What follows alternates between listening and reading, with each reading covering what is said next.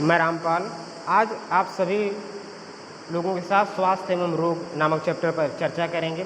ये स्वास्थ्य एवं रोग जिसे हम हेल्थ और डिजीज़ के नाम से जानते हैं, हेल्थ एंड डिजीज़ कहते हैं। ये जो हेल्थ है, हेल्थ किसे कहते हैं? सबसे पहले हम जानते हैं स्वास्थ्य क्या है। स्वास्थ्य WHO के अकॉर्डिंग इसका जो डेफिनेशन है, WHO क्या है? WHO ये विश्व की सबसे बड़ी स्वास्थ्य संस्था है। ये तो जो WHO है इसने स्वास्थ्य की परिभाषा दी है। इन्होंने बताया कि स्वास्थ्य किसे कहते हैं। स्वास्थ्य जो होता है ये शरीर की उस अवस्था को कहा जाता है, यानी स्वास्थ्य क्या है? शरीर की उस अवस्था को कहा जाता है जिसमें प्राणी का शरीर मानसिक, शारीरिक और सामाजिक रूप से पूर्णतया स्वस्थ होता है। यानी जो स्वास्थ्य है ये किसे कहते हैं? स्वास्थ्य किसे कहते हैं? स्वास्थ्य यानी कह सकते हैं शरीर की उस अवस्था को कहा जाता है जिसमें प्राणी का शरीर सामाजिक रूप से, मानसिक रूप से और शारीरिक रूप से पूर्णतया स्वस्थ होता है।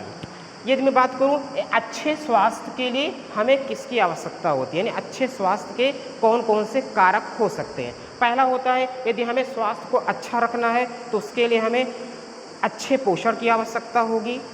इसके अतिरिक्त हमें विभिन्न प्रकार के योग, आसन और प्राणायाम के द्वारा भी हम अपने आप को स्वस्थ रख सकते हैं। यदि मैं बात करूं अब डिजीज़ की, यानी रोग क्या है, ये तो हमारा हो गया कि स्वास्थ्य क्या है, स्वास्थ्य की मैंने परिभाषा बता दी। अब आता है आपका कि रोग क्या है। तो रोग जो होता है ये कह सकते हैं कि शरीर यानी किसी भी व्यक्ति के शरीर की सामान्य अवस्था में होने वाला असामान्य परिवर्तन क्या कहलाता है? रोग कहलाता है। यानी किसी भी व्यक्ति के सामान्य अवस्था में किसी भी प्रकार के यदि असामान्य परिवर्तन होता है तो उसे क्या कहा जाता है? रोग कहा जाता है। ये जो रोग होते हैं ये मुख्य रूप से दो प्रकार के होते हैं। एक होता है आपका, पहला होता है जन्मजात रोग।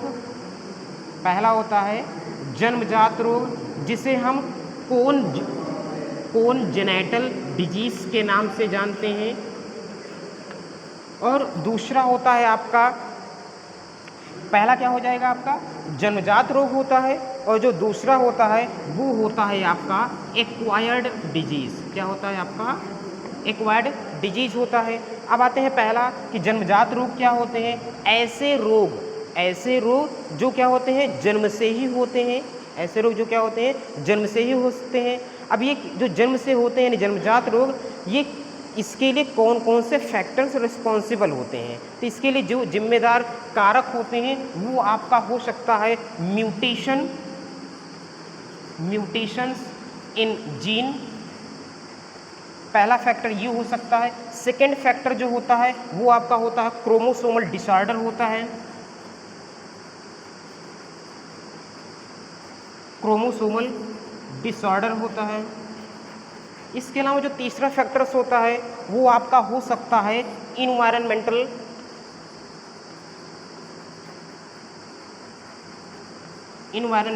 फैक्टर्स हो सकते हैं। अब सबसे पहले यदि मैं चर्चा करते हैं कि ये जो म्यूटेशन इन जीन होता है, जीन में म्यूटेशन होता है तो कौन कौन से ऐसे जेनेटल डिजीज़ होते हैं जो होते हैं। तो म्यूटेशन के द्वारा जो डिजीज़ होते हैं वो आपके होते हैं एलकैप्टोन्यूरिया हो जाता है। एलकैप्टोन्यूरिया। दूसरा जो होता है वो फिनाइलकीटोन्यूरिया हो जाता है। तीसरा जो होता है वो एल्बिनिज्म होता है। ठीक, ये 3-4 डिजीज होते हैं जो किसके द्वारा होते हैं? म्यूटेशन इन जीन के द्वारा होते हैं। यदि मैं बात करता हूँ क्रोमोसोमल डिसऑर्डर के द्वारा, यानी यदि क्रोमोसोम में क्या हो जाए? डिसऑर्डर हो जाए तो उसके द्वारा जो डिजीज होते हैं वो कौन से होते हैं? ये होते हैं कौन से? डाउन सिंड्रोम होता है। डाउन सिंड्रोम होता है। और दूसरा होता है टर्नर सिंड्रोम होता है। तीसरा होता है आपका क्लाइनफेल्टर सिंड्रोम। क्या होता है? क्लाइनफेल्टर सिंड्रोम होता है। ये 3 सिंड्रोम होते हैं जो कोनजेनिटल डिजीज के अंतर्गत आते हैं। इसके अलावा जो एनवायरमेंटल फैक्टर्स होते हैं इसके द्वारा कुछ विशेष नहीं होता है। तो हम सबसे पहले अब जानते हैं दूसरा। पहला मैंने बताया कि जो डिजीज होता है, पहला प्रकार कौन सा होता है, जन्मजात होता है, और दूसरा जो होता है वो कौन सा होता है आपका, एक्वायर्ड डिजीज होता है। ये जो एक्वायर्ड डिजीज होता है ये ऐसे रोग होते हैं, एक्वायर्ड डिजीज ऐसे रोग होते हैं जो जन्म के बाद होते हैं। कैसे होते हैं, जन्म के बाद होते हैं। इसके अंतर्गत ये जो एक्वायर्ड डिजीज होता है ये मुख्य रूप से दो प्रकार के होते हैं। पहला होता है आपका इन्फेक्टियस डिजीज और दूसरा होता है नॉन इन्फेक्टियस डिजीज। ठीक, यानी संक्रामक रोग और असंक्रामक या गैर संक्रामक रोग के नाम से जानते हैं। ये जो संक्रामक रोग होता है, इन्फेक्टियस डिजीज होता है, ये ऐसे रोग होते हैं जो वायरस यानी विषाणु के द्वारा, जीवाणु के द्वारा, कवकों के द्वारा, प्रोटोजुअन के द्वारा फैलते हैं। क्या कहलाते हैं, संक्रामक। यानी वे रोग जो विषाणुओं, जीवाणुओं, कवकों, प्रोटोजुअन के द्वारा फैलते हैं क्या कहलाते हैं, संक्रामक रोग या इन्फेक्टेड डिजीज कहलाते हैं। अब कौन कौन से रोग होते हैं जो इन्फेक्टेड डिजीज के अंतर्गत आते हैं, तो ये वायरसों के द्वारा होने वाले, जैसे मैंने बताया कौन से डिजीज होते हैं,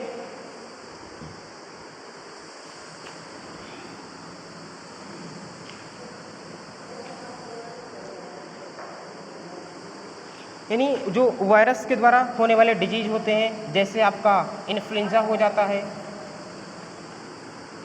इन्फ्लुएंजा हो जाता है। इसके अलावा दूसरा आपका कॉमन कोल्ड हो जाता है, कॉमन कोल्ड हो जाता है। इसके अलावा आपका जैसे एड्स हो जाता है। ऐसे कई सारे रोग होते हैं जो इन्फेक्टेड डिजीज के अंतर्गत आते हैं, जो वायरल डिजीज होते हैं। बैक्टीरिया के भी द्वारा कई डिजीज होते हैं, कवक के द्वारा भी होते हैं, प्रोटोजोआ के द्वारा होते हैं। अब हम बात करते हैं नॉन इन्फेक्टेड डिजीज में। ये जो नॉन इन्फेक्टेड डिजीज होते हैं ये ऐसे रोग होते हैं जो ये जो जीवों से जीवों में नहीं फैलते, या यूँ कह सकते हैं कि ये जो नॉन इन्फेक्टेड डिजीज होते हैं ये रोगी के शरीर तक ही सीमित रहते हैं और इनका प्रसार एक प्राणी से दूसरे प्राणी में नहीं होता है। तो इसके अंतर्गत कौन कौन से रोग आएंगे, नॉन इन्फेक्टेड डिजीज में ऐसे रोग आते हैं जो पोषक तत्वों की कमी से हो सकते हैं। जैसे मैं कहूँ कि विटामिन की कमी से होने वाले जो रोग होते हैं वो नॉन इन्फेक्टियस होते हैं। प्रोटीन की कमी से, कार्बोहाइड्रेट की कमी से, या जैसे डायबिटीज़ होता है, कैंसर होता है, ये जितने भी डिजीज़ होते हैं ये सब नॉन इन्फेक्टेड डिजीज़ के अंतर्गत आते हैं। अब इसमें हम सबसे पहले जानेंगे कि जो इन्फेक्टियस डिजीज़ होते हैं इनके बारे में चर्चा करते हैं। हम जानते हैं जो इन्फेक्टेड डिजीज होते हैं यानी संक्रामक रोग होते हैं ये विषाणु के द्वारा होते हैं, जीवाणु के द्वारा होते हैं, कवकों, प्रोटोजोआ के द्वारा होते हैं। तो हम इसमें ये जो पैथोजन होते हैं, यानी जो पैथोजन होते हैं, पैथोजन का मतलब ये होता है कि जिनके द्वारा रोग होता है वो पैथोजन होते हैं। तो पैथोजन के आधार पर इन्फेक्टेड डिजीज़ को कई भागों में बांटा गया है। तो इसका जो पहला प्रकार है वो कौन सा है, पहला जो प्रकार है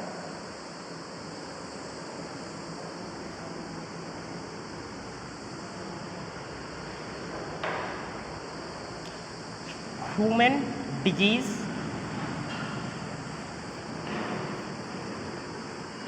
काज्ड बाई, ये human disease caused by virus, यानी हमें इसके अंतर्गत क्या पढ़ना है, विषाणुओं के द्वारा होने वाले क्या है, मानव रोग, यानी विषाणुओं के द्वारा होने वाले मानव रोग का अध्ययन करना है। अब जो विषाणुओं के द्वारा जो मानव रोग होते हैं, मैंने बताया कई रोग होते हैं, जिनमें आपका पहला मान लीजिए क्या हो जाता है, इन्फ्लुएंजा हो जाता है, इन्फ्लुएंजा हो जाता है, कॉमन कोल्ड हो गया, ठीक। इसके अलावा क्या हो जाता है, एड्स हो जाता है। इसके अलावा आपका जैसे मम्स हो जाता है, चिकन पॉक्स हो जाता है, ठीक। ये सारी बीमारी हैं, डिजीज़ हैं जो किसके द्वारा होते हैं, वायरस के द्वारा होते हैं। तो इनमें हम सबसे पहले किसके चर्चा करेंगे, इन्फ्लुएंजा पे चर्चा करते हैं कि इन्फ्लुएंजा जो होता है वो किसके द्वारा होता है। तो मैंने बताया कि जो इन्फ्लुएंजा होता है ये एक प्रकार का वायरल डिजीज़ है, मतलब कि विषाणु के द्वारा होता है। तो ये जो इन्फ्लुएंजा होता है ये वायरस के द्वारा होते हैं। तो किस प्रकार के वायरस से होते हैं, तो जो इन्फ्लुएंजा होता है ये आपका होता है आर्थोमिक्सोवायरस, आर्थोमिक्सोवायरस के द्वारा होता है। किसके द्वारा होता है? यानी जो इन्फ्लुएंजा है वो आर्थोमिक्सोवायरस के द्वारा होता है। ये जो इन्फ्लुएंजा होता है इनका संक्रमण कैसे होता है? यानी यदि मैं बात करूं कि जो इन्फ्लुएंजा बीमारी होती है, डिजीज होती है, इनमें जो आर्थोमिक्सोवायरस होता है उसका संक्रमण कैसे होता है? तो यदि कोई रोगी यदि छींकता है या खांसता है तब उसके छींकने से अथवा खांसने से जो बिंदुकण निकलते हैं यानी एयर ड्रॉपलेट्स निकलते हैं वो हवा में मुक्त होते हैं और हवा में मुक्त हुए एयर ड्रॉपलेट यदि स्वस्थ व्यक्ति के द्वारा ग्रहण किया जाता है यानी जब सांस लिया जाता है तब उसके श्वसन मार्ग से होते हुए शरीर में प्रवेश कर जाता है, तब वो क्या हो जाता है? उस व्यक्ति के शरीर में प्रवेश कर जाता है और वह व्यक्ति क्या हो जाता है? इस रोग से ग्रसित हो जाता है। अब ये जो इन्फ्लुएंजा होता है इसमें जब आर्थोमिक्सोवायरस उस व्यक्ति के नाक के माध्यम से कह सकते हैं श्वसन मार्ग से जब अंदर प्रवेश करता है तब ये जो आर्थोमिक्सोवायरस होता है ये श्वसन मार्ग में पाए जाने वाले एपिथेलियल टिश्यू की कोशिकाओं को नष्ट करना प्रारंभ कर देते हैं। इसके बाद में अब इसमें यदि ये संक्रमण हो जाता है यानी व्यक्ति क्या हो जाता है? इससे संक्रमित हो गया है, तब इसके कौन से लक्षण आपको दिखाई देंगे? यानी यदि किसी व्यक्ति को इन्फ्लुएंजा हुआ है तो इनमें जो लक्षण दिखाई देते हैं वो पहला होता है आपका कि व्यक्ति को छींक आती है, उसको खांसी आती है, उसको बुखार आ जाता है, इसके अलावा मानसिक तनाव हो जाता है, चिड़चिड़ापन उत्पन्न हो जाता है। किसके द्वारा? इन्फ्लुएंजा के द्वारा होता है। यानी इन्फ्लुएंजा में कौन से लक्षण होते हैं? तो पहला लक्षण जो सबसे इम्पॉर्टेंट होता है वो ये होता है कि उस व्यक्ति को छींक आती है, उस व्यक्ति को कह सकते हैं खांसी भी आने लगती है, बुखार भी आ जाता है। ये इसके क्या होते हैं? सामान्य लक्षण होते हैं।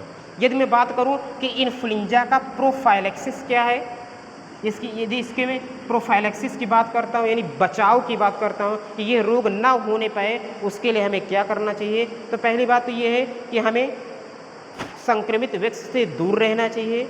दूसरी बात कि यदि ऐसे व्यक्ति जिनका इम्यून सिस्टम स्ट्रांग है वो क्या करते हैं? इस बीमारी से आसानी से बच सकते हैं। इसके अलावा जो संक्रमित व्यक्ति है इनके हम कपड़े को यूज ना करें, जैसे रुमाल हुआ या गमछा हुआ, इसका हम प्रयोग नहीं करेंगे। दूसरी बात, ये जो संक्रमित व्यक्ति हैं इनके कपड़े को गर्म पानी में धुलना चाहिए। ये हम क्या हो गए? प्रोफाइलैक्सिस हो गए इन्फ्लुएंजा के, यानी हमें बचाव के लिए क्या क्या करना चाहिए। अब यदि किसी व्यक्ति को इन्फ्लुएंजा हो गया है तब यानी ट्रीटमेंट क्या होगा इसका?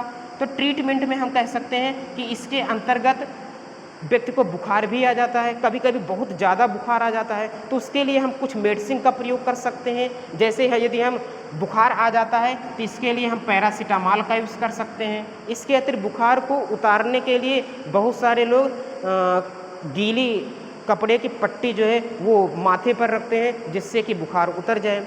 अब यदि मैं इसके लिए जो इन्फ्लुएंजा है इसके लिए जो स्पेशल मेडिसिन है उसका नाम है एमेंटाडीन। एमेंटाडीन का प्रयोग इस बीमारी के लिए किया जाता है। एमेंटाडीन का प्रयोग किसके लिए किया जाता है? इन्फ्लुएंजा के लिए किया जाता है। यानी कहने का मतलब ये है कि इन्फ्लुएंजा में मैंने बता दिया कि इन्फ्लुएंजा है क्या, इन्फ्लुएंजा किसके द्वारा होता है, इनका संक्रमण कैसे होता है, इनका प्रोफाइलैक्सिस क्या है और ट्रीटमेंट क्या है। ठीक, ये इन्फ्लुएंजा खत्म हो गया। अब हमें जो नेक्स्ट डिजीज़ पढ़ना है वो क्या पढ़ना है? हमें कॉमन कोल्ड पढ़ना है। तो ये जो कॉमन कोल्ड है ये हम नेक्स्ट वीडियो में पढ़ेंगे।